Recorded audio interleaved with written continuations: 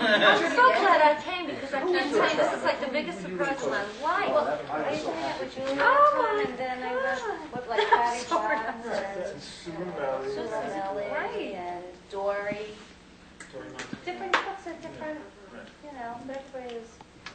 But you were part of that whole big. And Mindy, remember Mindy? Mindy, Sugar Man. I think she lives in Florida. She was a tough cookie. I really liked her. She had a lot of wisdom. March 5th, 1994. Dear John, I was pleased and surprised to receive your letter about the Maslow-Toffler retrospective. It was forwarded by my parents to my home in California. I'm very sorry. Are we to supposed tell to you know? now? No. If you want to tell them if they want to know. It's from a student that graduated with me in 1976 named Eric Price. Sue Price's brother. Yes. Yes, okay. I'm very sorry that I won't be able to participate, especially since the session for my class was 2 days ago. What a pleasure it would be to get together with such special friends and recall that unique experience. I look forward to seeing the finished product. I hope that you will let me know how I can get a copy. I look back at my year at MT and consider it one of the greatest gifts I have ever received. I thank you and Milt and the whole MT family for the crucial role you played in my educational, social, and philosophical development. I tell my wife that you greatly contributed to making me the person that I am. As far as I'm concerned, Alvin Toffler was right on the money when he made his predictions about the many career changes that we would go through in our lives. I have found myself traveling the world and exploring many opportunities in search of the perfect career. I have worked as an energy systems analyst, built homes in Alaska, been a chef, and traveled all over the United States, Europe, and Central America as a professional juggler and magician. Wow. For the last 6 years, however, I have been here in California practicing the career that I have found to be the most fulfilling. I have followed in the footsteps of my greatest role models. I'm a high school teacher. That's fun. I teach mathematics at San Lorenzo High School, which is about 15 miles from San Francisco. Here in California, school reform and restructuring is the topic of the day. I feel fortunate to have in my past a real and successful model on which to base the vision that drives my contribution to that process. This is wonderful. My colleagues here are mostly right-thinking people who hold dear many of the ideas that we held at MT. We share a common belief that the core curriculum should be accessible to all students and that we can provide that access in a completely heterogeneous class that is student-centered and based on learning through exploration, discovery, and reflection. Our school is in the midst of restructuring that will include next year a block schedule of 90-minute classes and an increased selection of new electives to meet the needs and interests of our students. Does this sound familiar? I'm proud to be carrying on an effort that was started by such brave and visionary people such as yourself. I would love to hear back from you or any of the MT folks. I often think, wouldn't it be great to run into John or Milt or Ken or Joanna or Joe and Iris or any of the hundred students with whom I grew and loved and shared that wonderful year so long ago. If you have a mailing list for the class of 76 students and staff, I would really like to have a copy, and please update it with my current address and phone number. Sincerely yours, Eric Price. Maslow-Toffler School of Futuristic Education, class of 76. I cannot, that's wonderful. I cannot. I'm trying to picture him even writing this. It's just, I remember Sue Price. oh, that's great. I have to say the most intense thing that ever happened to me at Maslow was when I, for some reason, decided to take 2 barrels of some kind of acid, thinking, oh, I'll get stoned and I'll go to my classes in the afternoon. It was like The regular high school. I got so tripped out, and then I was I got really paranoid. I was like, what am I going to do? I can't handle it. I have to make calls. I have to, how am I going to solve this? And then John, Laura Morelli, and Ken. It was like, okay, let's convene on this problem. Got together, and then Laura took me into the nurse's office. He's sick, a little sick, come into the nurse's office.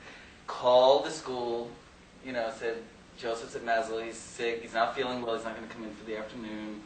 He's going to stay here or go home. And, just made everything completely comfortable for me so that I can just, trip out for the rest of the afternoon, I remember that day. and come back, and come back. And it was just, and that moment was so incredible because I realized somehow that it was all right, you know, that whatever decision I made was, you know, okay, we could deal with this. So,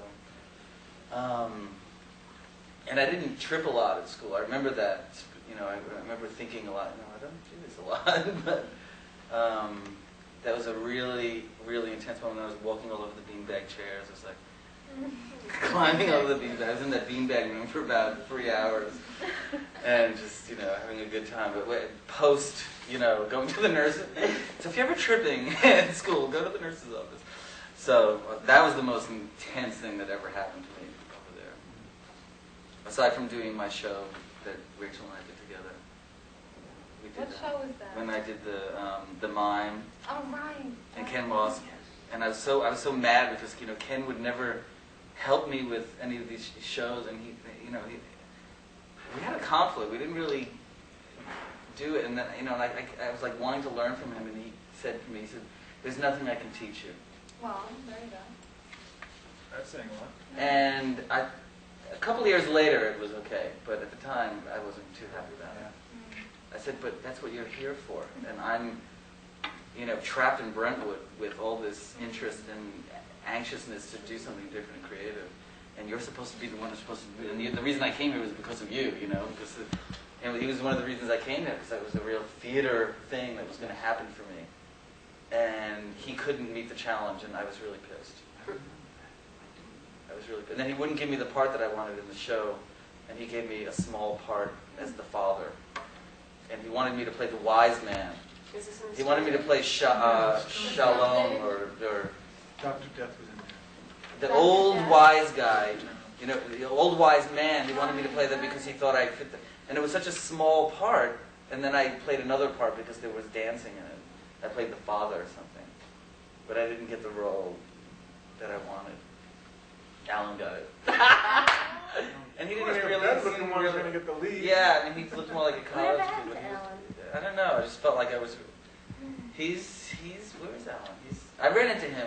When's the last I ran into him in New York, and he seemed like he was freaking out about something. I don't remember. I was like, Well, I remember my older brother he's 3 years older than me, and his year was the first year at Maslow-Toffler. And I remember he and his girlfriend at the time was Gail Zanfini, whose father was connected with carpeting or something. I remember them being in my house and going over carpet samples, and they were putting together this new school. And not even really listening to them too much, I just knew that I was interested in this place.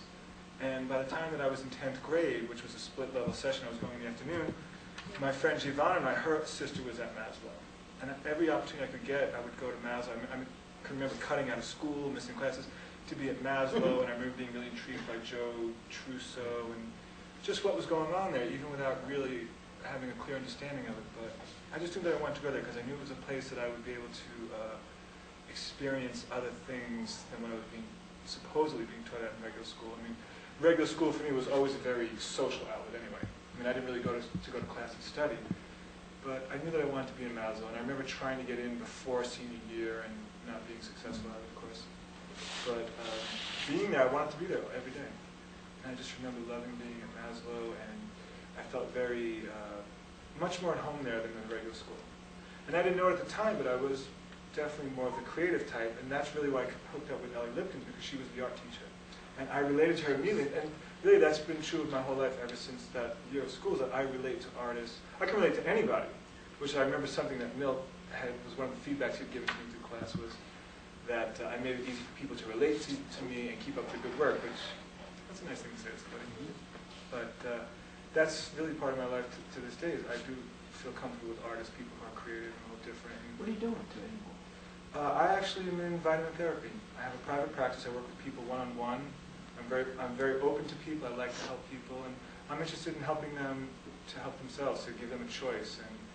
And it's alternative from where I come from. You know, the idea of alternative. And part of my focus is helping to change the idea of our medical choices and how we can take responsibility for ourselves, which really comes from Maslow. The whole idea. And I remember one of the first things in Maslow that really blew me away was this the word growing. You know, I never had applied that to myself as a person. I mean, I thought of it, plants was growing, but I couldn't imagine like how I was going to grow. You know, and it was just that kind of thing. Particularly that you were 6'5" by the time you figured that out, right? And you're like, am I going to grow more? Great place, though. It's a really great school. The best school I ever went to. I think, Rachel, I'll let you stay. I'll walk over to the train station now. I'm going to leave now because I have to go and work. Although I'm really glad I made it. I'm glad. Excuse me, why don't you let me drive you? I mean, this wasn't my year, and I don't mind, so stay there as long as you can, and I'll take the truck and drive you over and come back and make it all stuff. There's There's a good one. Yeah, what the hell? Okay, so let's take 5 minutes. 5 more minutes. He's got 5 more minutes. Really want to look at that at night? No, I just have to say. thinking the same thing. The alarm's on, so just put the key. I just have to say that I always brought me it's Nowhere. for me it's sort of come around. You know, I relate to that letter of that guy who's, you know, now he's teaching high school because, you know, I went to New York to, you know, to realize my dream and, you know, to become a theater person and to perform, and I went to college and I studied dance and I started my own company, and I had a dance company and performed at Lincoln Center, and I performed at, you know, I did all these great things, and, you know, it's just like, and it was really very exciting, and I still wasn't completely satisfied. And what I did was I started an after-school program with kids with my theater company, and I was gardening. Paul and I started a garden. Because of Maslow, we actually hooked up. We hooked up and we lived together for 6 years. 6 years after Maslow. On 2nd Avenue in a little 3-room apartment. And Paul actually said that they're having a meeting over at the Stuyvesant Polyclinic, remember? We went over to the Polyclinic and there was this meeting about some Green Thumb garden on 9th Street, and we were like, that sounded good, and we were, remember? Because I was into plants. Right, and then we hooked up with Peter, that guy Peter.